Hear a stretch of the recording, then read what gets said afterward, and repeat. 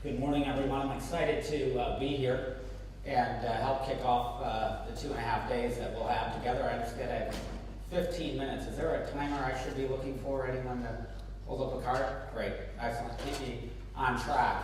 As means of introduction and the context of the insight I bring to this topic, I want to just briefly introduce you to our company.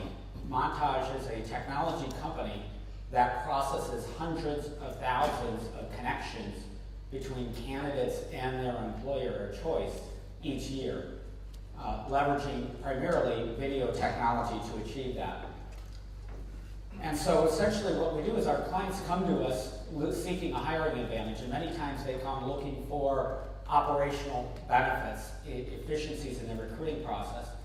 But intuitively, they turn to the strategic benefits. How do they engage the future of their workforce in a high-tech, high-touch way where they can bring their employer brand to life? And as you look at many of the logos on this screen, there is a common theme. Whether it's Disney or Humana, MetLife, Sony, or Samsung, they want all of their candidates to be consumers of their goods and services, but only a significant subset will be those that they hire. So the candidate experience becomes paramount in that environment.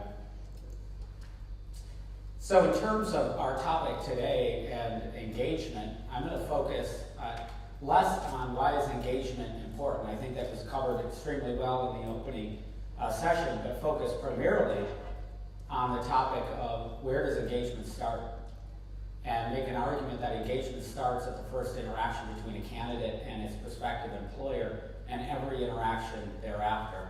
And I'll also make the argument that the critical role that the hiring manager plays in that engagement process and in the hiring process itself.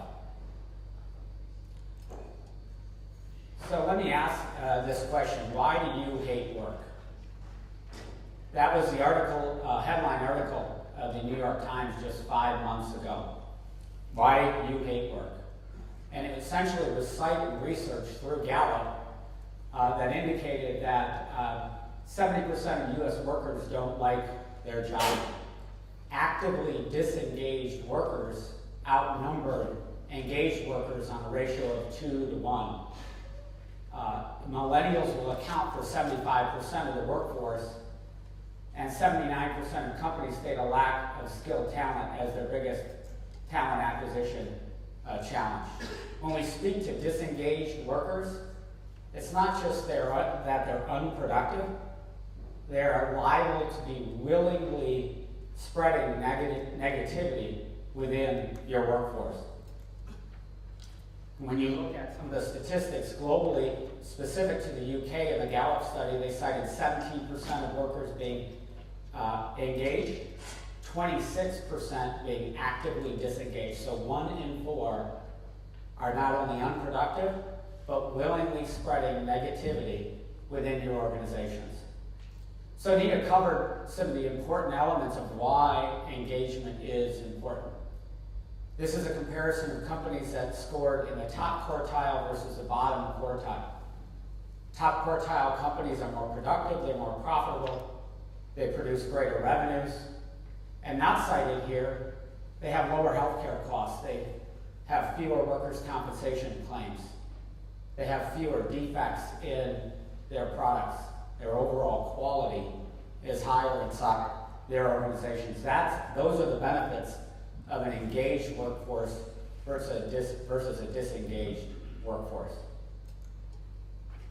So I want to talk now about the importance of that candidate experience, how it starts, what it could look like, what some organizations are doing today. In the United States, there's a trucker shortage of 30,000 individuals. In 7 years, they forecast that shortage could be as high as 200,000 strong and growing. So what are some organizations doing? Career Carrier is one of those. Essentially have outlined their trucks as traveling job boards, promoting how important that future of their workforce is to their organization. They are creating, and this is not just unique to Crete, they are creating job-specific portals with a tailored experience specific to that demographic, the truck driver. And many of you are experiencing workforce shortages in so many areas: IT, engineering, scientists, healthcare, accounting, you name it. You're all competing for the same talent. How does your hiring process reflect your willingness and ability to compete for that talent? So what are the expectations of the candidates that you're seeking? We know that the millennials will represent 3/4 of the workforce within 5 to 10 years. They expect a high-tech, high-touch experience. But beyond those millennials, every candidate expects a two-sided exchange and not a one-sided process. And most importantly, they expect to hear the voice of the hiring manager and the team that they'll work with in an authentic way. Nita cited a statistic I hadn't heard before. 2/3 of workers in the U.S. would seek a better boss as opposed to a pay raise increase. That's pretty telling in relationship to the expectations of tomorrow's workforce. I know when I came out of university, I was taught to think about the long-term stability of that company. I was taught to evaluate their 401k or pension program, not tomorrow's workforce. They want to know who they're going to be working for and what impact that individual will have on their career. They're thinking 18 months, 36 months at a time. They're not thinking about 15 to 30 years. Of the Gallup poll, the 12 questions that are asked to help assess an employee's engagement, almost all of those questions, the manager has direct influence over that employee's response. So what does the process look like from a hiring standpoint?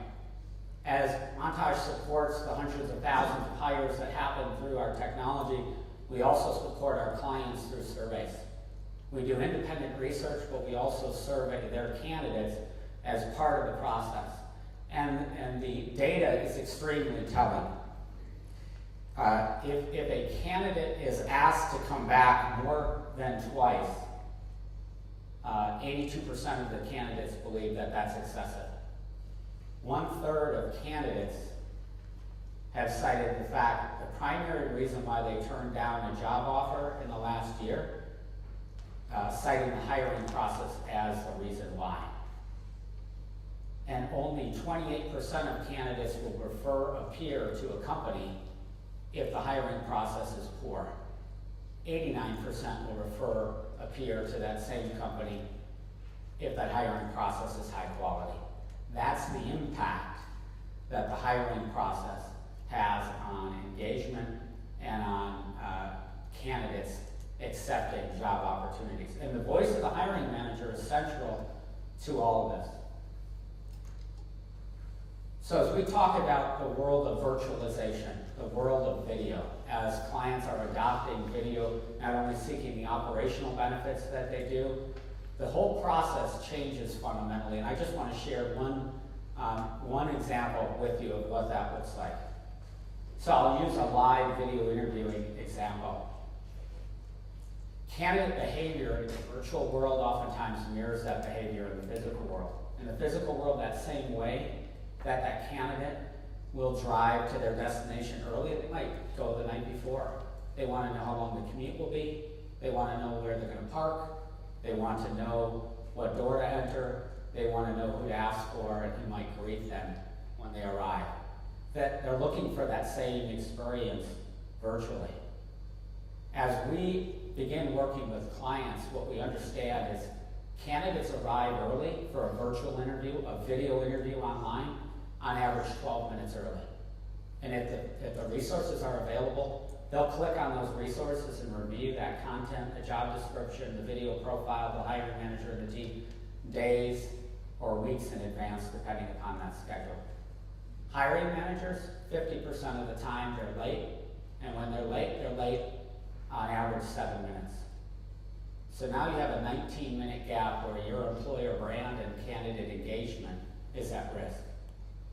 So perhaps that employee takes the job in spite of the process, but now what have you received? Have you received an engaged, motivated employee, or have you accepted somebody who's willing to take the position because they have no other options in the marketplace, but they become quickly, actively disengaged. Just to bring some of this to life, and then I'll open it up to any questions that you have. These are just screen images of various components of our platform that our clients use. So if you are a candidate interviewing for Disney's theme parks and resorts, you'll enter in through a foyer that has the castle in the background. If you're interviewing with ESPN, it could be a basketball court or a football field. Samsung mobile devices. Companies that are really looking to engage their candidate pool are using technology to bring their story to life using video. Foyers, landing pages, welcome videos from the hiring manager, team profiles. It's very different from today's traditional process of having candidates send in a CV and wait for that phone interview days or weeks later.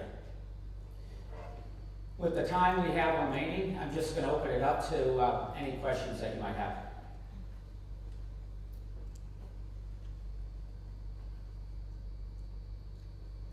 In the back, please.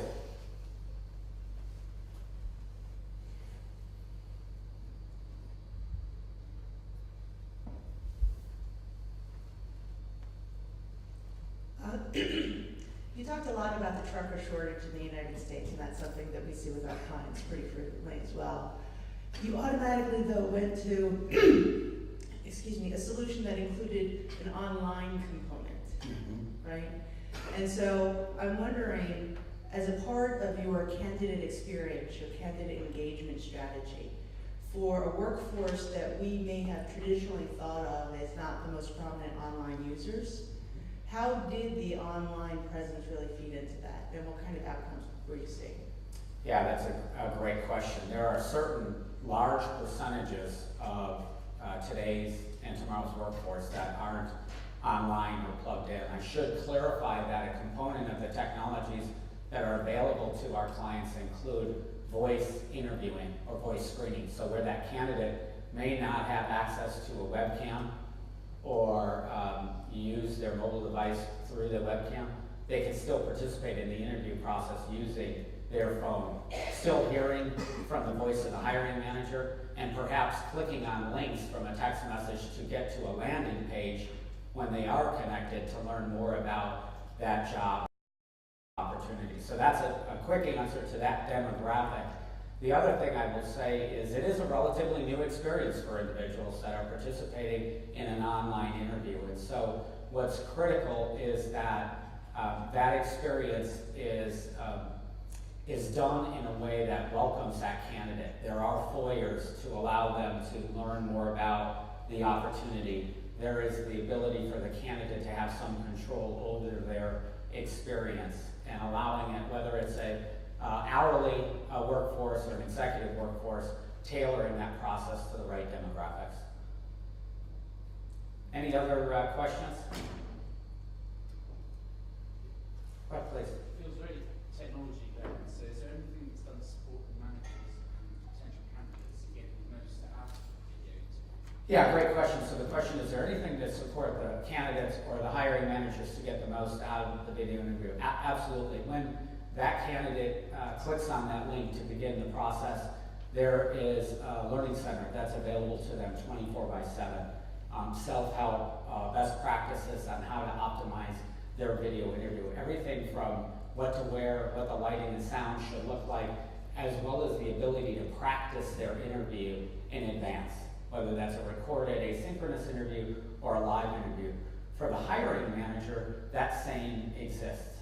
It has to be simple. It's integrated into their calendaring mechanism. They're getting reminders of the scheduled interview. They click on a link. There's a foyer to the candidate. So when they enter that interview, they have their LinkedIn profile, they have their CV, they have their recorded interview. So when they enter that virtual room, they have all of the assets available to them as well. And I should say the data that we collect helps our clients and their recruiting teams go back and educate the hiring managers on the importance of their role in the process. So where those clients have perhaps a tardy hiring manager, they use the candidate research and survey results to educate them on how being punctual helps enhance winning that war for talent and engaging their candidates.